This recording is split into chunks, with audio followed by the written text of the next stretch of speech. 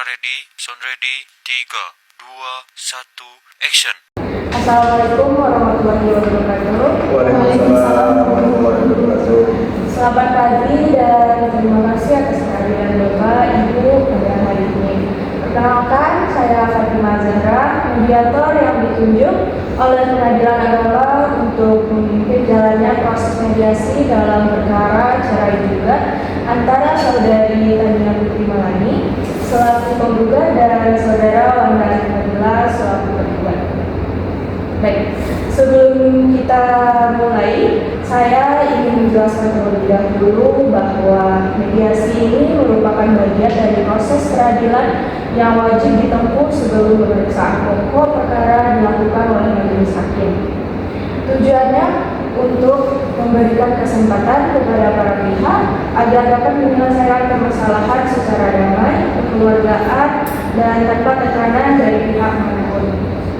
Perlu diingat, seluruh proses yang berlangsung di ruangan ini bersifat rahasia sehingga apapun yang disampaikan tidak boleh bocor kepada pihak luar tanpa persetujuan bersama.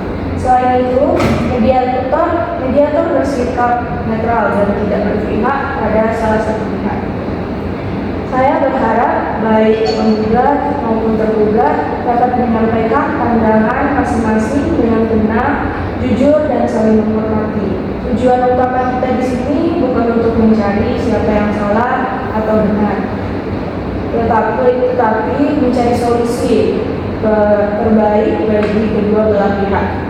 Sebelum melanjutkan ke pokok permasalahan, izinkan saya memastikan terlebih dahulu apakah Bapak dan Ibu dalam keadaan siap untuk melaksanakan proses mediasi ini dengan suasana yang kondusif? Siap. Baik, terima kasih. Kalau begitu, dengan mengucapkan Bismillahirrahmanirrahim, proses mediasi pada hari ini saya nyatakan dimulai. Baik, terima kasih. Untuk pemulainya, saya persilakan kepada pihak penggugat atau kuasa hukum untuk menyampaikan pokok permasalahan yang menjadi alasan diajukannya gugat cerai ini. Silakan, Bu. Terima kasih Bu Mediator. Saya menggugat cerai karena beberapa tahun terakhir ini saya tidak merasakan harmonis lagi dalam rumah tangga. Suami saya juga sering meninggalkan rumah tanpa adanya alasan yang jelas dan juga terkadang berbulan-bulan tidak pulang. Ketika pulang pun beliau sudah sangat jarang untuk komunikasi dengan saya dan anak saya. Selain itu juga suami saya sudah lama tidak memberikan nafkah lahir dan batin. Saya sudah berusaha bertahan demi anak-anak saya, tapi keadaan ini justru membuat saya semakin tertekan. Kami juga sering bertengkar, bahkan untuk hal-hal kecil, dan saya sudah tidak bisa merasakan lagi hidup seperti itu. Karena itu, dengan dalam hati saya mengajukan gugat cerai karena berharap untuk bisa mendapatkan ketenangan dan kejelasan dalam hidup saya untuk kedepannya. Baik, terima kasih atas penjelasan dari Ibu Tania. Apakah ada yang ingin ditambahkan dari kuasa hukum penggugat? Baik, terima kasih Bu Mediator. Saya selaku kuasa hukum dari pihak penggugat ingin menegaskan bahwa dasar hukum dari gugatan ini mengacu pada pasal 19 huruf F Peraturan Pemerintahan Nomor 9 Tahun 1975, pasal 116 huruf F KRI, yang menyatakan bahwa perceraian dapat terjadi apabila antara suami dan istri terjadi perselisihan dan pertengkaran terus-menerus tanpa harapan untuk hidup rukun kembali. Fakta-fakta yang disampaikan oleh klien kami menunjukkan bahwa hubungan rumah tangga mereka memang sudah tidak bisa dipertahankan lagi. Klien kami telah berusaha mencari jalan damai, namun tidak ada perubahan dari pihak tergugat. Oleh karena itu, klien kami memohon agar proses ini dapat segera memberikan kepastian hukum bagi dirinya. Baik, terima kasih atas penjelasan dari pihak penggugat dan kuasanya. Selanjutnya, saya akan memberikan kesempatan kepada pihak tergugat untuk memberikan tanggapan terhadap pernyataan tersebut. Baik, terima kasih Ibu Mediator. Saya tidak sepenuhnya setuju dengan apa yang disampaikan oleh istri saya. Memang benar, akhir-akhir ini hubungan kami sering renggang. Tapi itu bukan berarti saya dengan sengaja menelantarkan keluarga saya. Saya bekerja di luar kota untuk mencari nafkah. Kadang saya tidak bisa pulang lama karena tuntutan pekerjaan, bukan karena saya tidak peduli.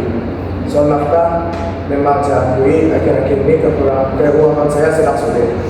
Tapi saya tetap berusaha mengirimkan uang semampu saya. Walaupun ada kekurangan, itu bukan karena saya tidak mau, tapi karena keadaan yang belum memungkinkan. Saya masih punya niat untuk mempertahankan rumah ini. Saya masih sayang sama istri dan anak-anak saya. Karena itu saya mohon agar jangan terburu-buru mengambil keputusan untuk bercerai. Saya siap memperbaiki kesalahan saya. Terima kasih atas keterangannya Bapak. Apakah kuasa hukum dari pihak tergugat ingin menambahkan? Baik, terima kasih Ibu Mediator. Kami dari pihak tergugat menegaskan bahwa klien kami masih memiliki etikat baik untuk mempertahankan pernikahan ini. Dalam hukum Islam, perceraian adalah perkara hal yang dibenci oleh Allah. Sehingga selama masih ada kesempatan untuk mempertahankan hubungan ini, maka langkah itu yang sangat kami harapkan.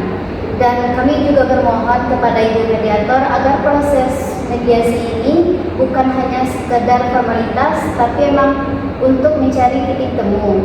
Dan klien kami juga berharap masih ada peluang untuk hidup rukun kembali dengan istrinya.